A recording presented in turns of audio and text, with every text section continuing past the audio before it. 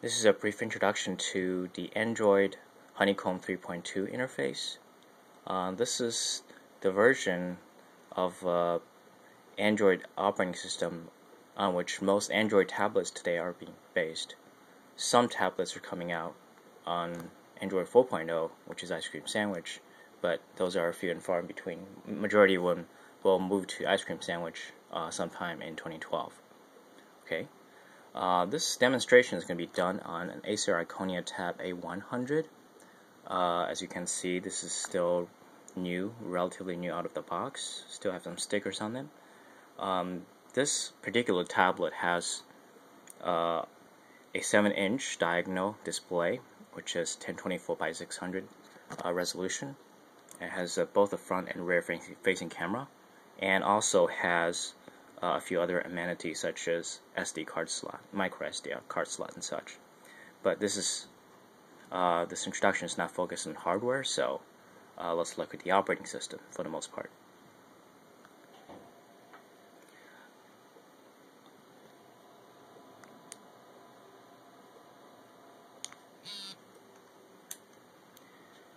As you can see, as it turns on, the Acer logo is being displayed, and it tells us that this version of Android is Honeycomb.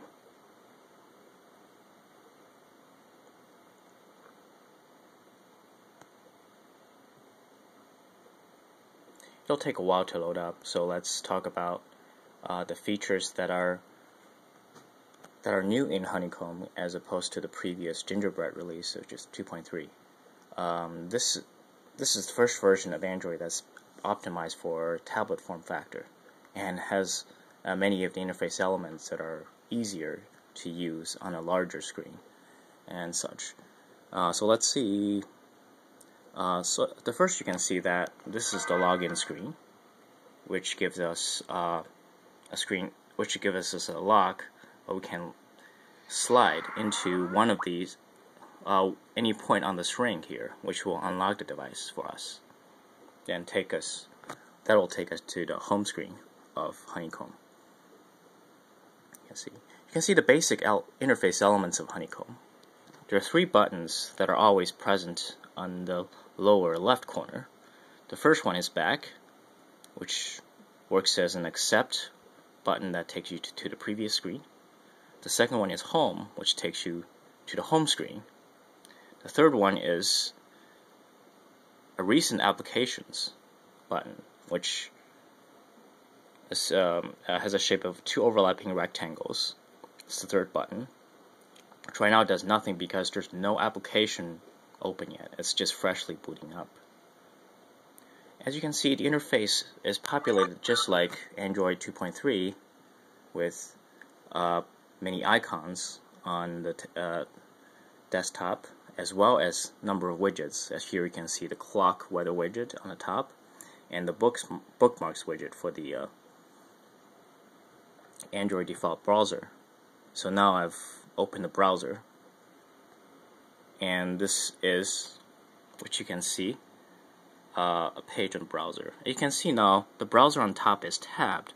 If I want a new tab for this browser, I would just click the plus sign here.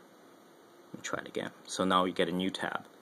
Wherever you want to go, you can go to Google Images or whatever. So,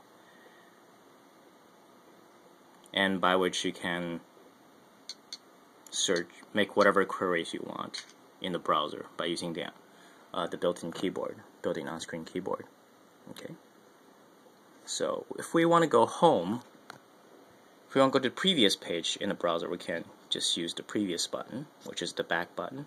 The second button is obviously the home. That'll take us back to the home screen. Okay.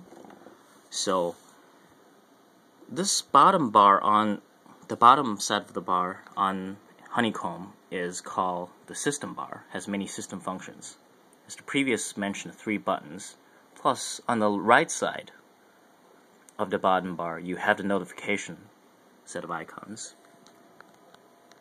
If we look a little bit closer, you can see the notifications that are the same as the traditional Android 2.x notification system on the top bar. As you can see here, we have the battery status and time and whatever other applications that are giving us notification, such as Android Market and Gmail and such. So there's, on this particular tablet, there's 5 home screens configured. We can see on the each one of them can be populated with many widgets and icons, which are shortcuts to applications, as you can see here. In this configure, on the home screen top, this part of the screen is called the action bar in Android Honeycomb.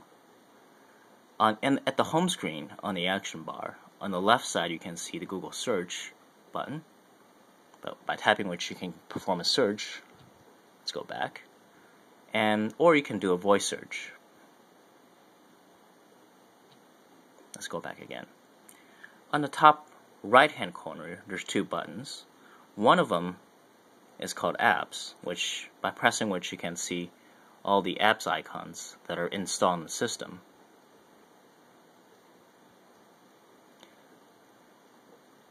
Let's go back to home screen. And the other icon is a plus sign. Plus sign which now gives you all of, by pressing plus sign, gives you all the panoply of all the widgets that are available to you that are installed on the device currently. Let's go back again to the home screen, right? So one of the new things with Honeycomb is that with the app tray, now you can directly go to the apps that you have installed, as well as go directly to Android Market by tapping on this shop icon. Now you're being taken to the Android Market. First, let's look at the Skype app, which is a shortcut on the desktop now. The Skype app was formulated originally for the Android phone, so there is, now you notice there's, in addition to the 3 icons before, the back, home, and recents icon, there's a 4th icon, which is the menu button. It works the same way as the menu button on the previous versions of Android, designed for a phone only. So now, because Skype is running in compatibility mode, so it has this additional icon on the system bar to allow you to pull up the menu on Skype. Okay, let's go home again. Let's look at some of the newer apps that are optimized for tablets, optimized for Android 3 point something, the current version of the operating system. For example, Google Maps. This widget shows your current location as as indicated by GPS satellite. And as you tap on this widget, it will take you to the current location according to Google Maps, which right now it's in Illinois in the United States. On top you can see this action bar as well, right? On the bottom you can see that we have the 3 icons, but no longer do we see the menu icon, because the menu items are now placed on the top action bar, because now this application is designed for a tablet interface. So for example, in Google Maps you can see this is the current location according to GPS. This is some adding a different place marker, and this is getting road directions, and this is pulling up different layers of the map, right? Right now you can have layers map indicate traffic, satellite, terrain, transit lines, and latitude. Let's clear out that. And there's additional functionalities is hidden up by a pull-down menu on the right side. So this icon is 4 horizontal bars, which means additional menu items, which are not directly on the action bar. Of course, you can do search function on the action bar as well.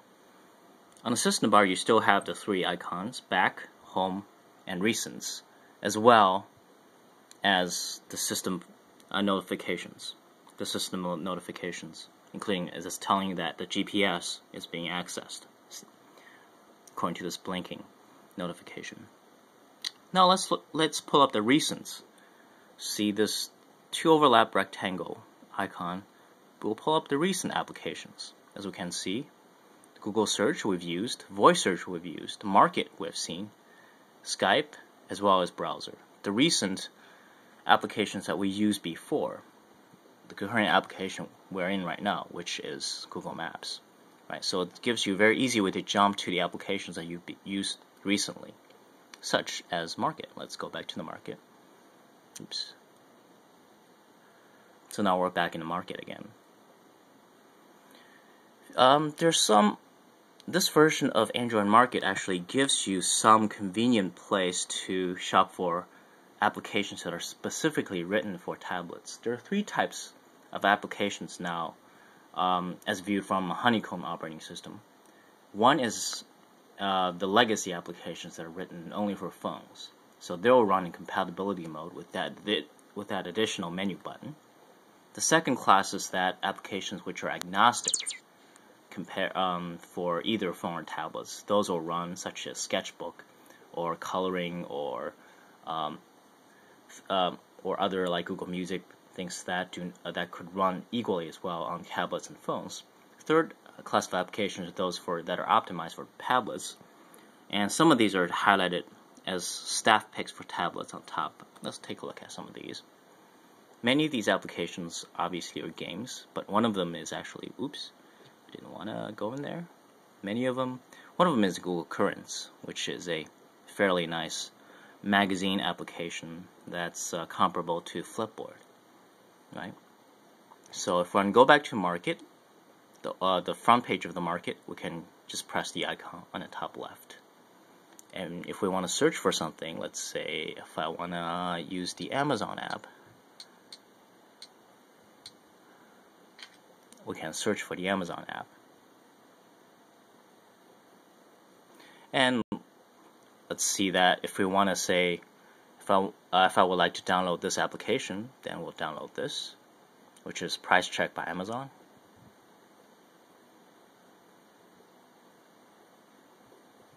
You can view the progress by tapping the progress button on the notification bar, on the notification part of the system bar. Now it has been installed, and it's informed you that it has placed the additional icon that wasn't there before on the desktop. So for this particular tablet, the icons are placed directly on the desktop. If you install something new, we can change that obviously. Let's go to System Settings. So System Settings are here. You can obviously also access it by going to Apps. It's in here as well, right? But it's on the desktop right now. So let's go into System Settings. There's some important stuff that we need to know. First, you can see on the left is wireless networks. This works just like the old phone-based Android systems, but now it has a dual pane view for these applications and settings. For these system settings. So the wireless networks is very useful, in which it tells you whether something is in airplane mode, whether Wi-Fi is on, whether Bluetooth is on, and a few other settings, including Wi-Fi settings, on which you can tap this. It'll give you a few available networks, and you can click on one of them to connect or such, and you can enter password if you need to. So right now it's connected to this router, 7place F.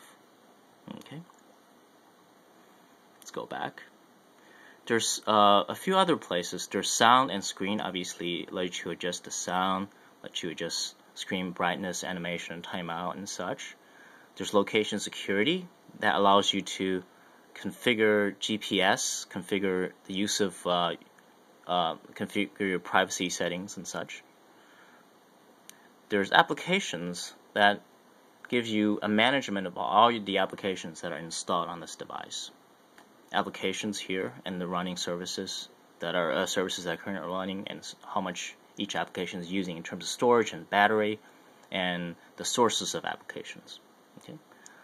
There's accounts and synced to show you all the different accounts that has been established, all the different Google accounts that are associated with this device.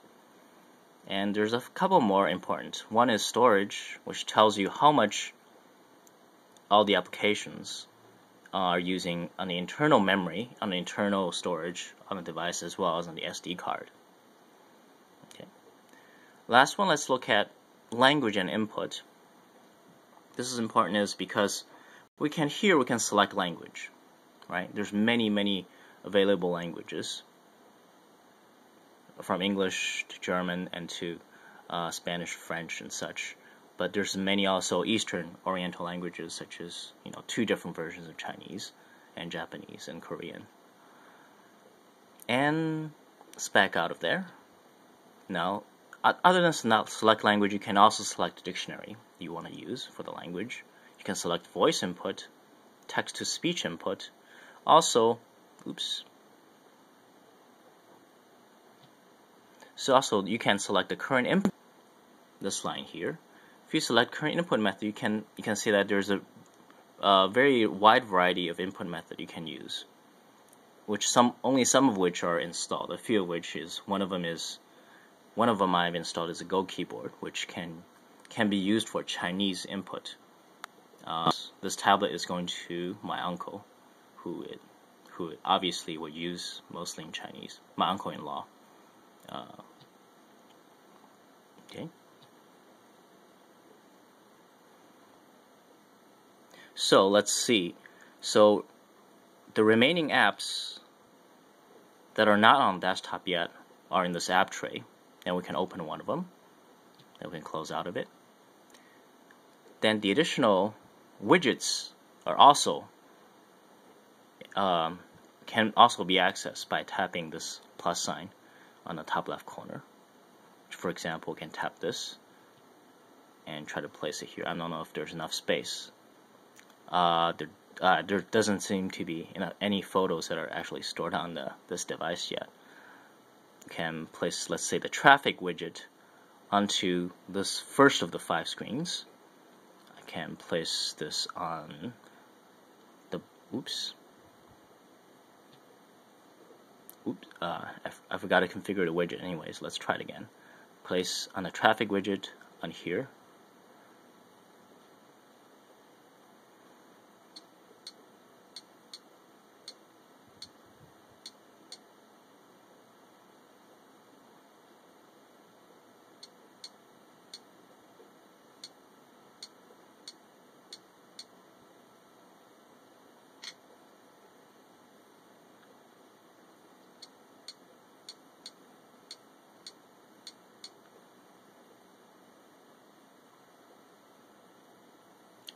I don't want, that's not what I want. I'd like to see is Hangzhou.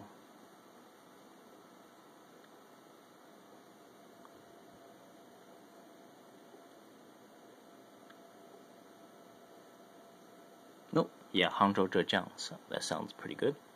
So let's save that. Now, if we go back, we can see the traffic condition widget now here on the home screen. Okay. All right.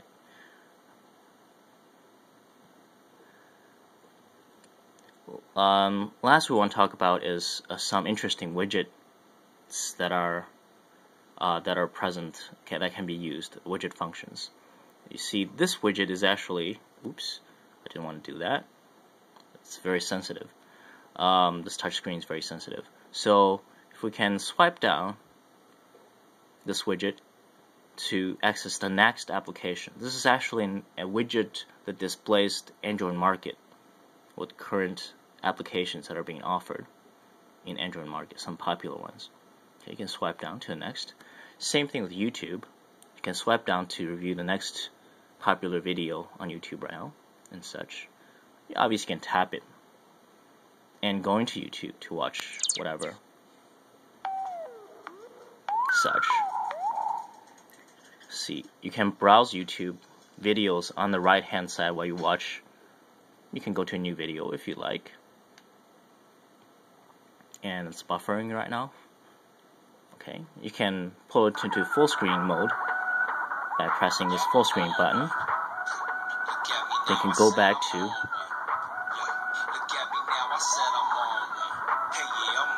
the smaller version of the video.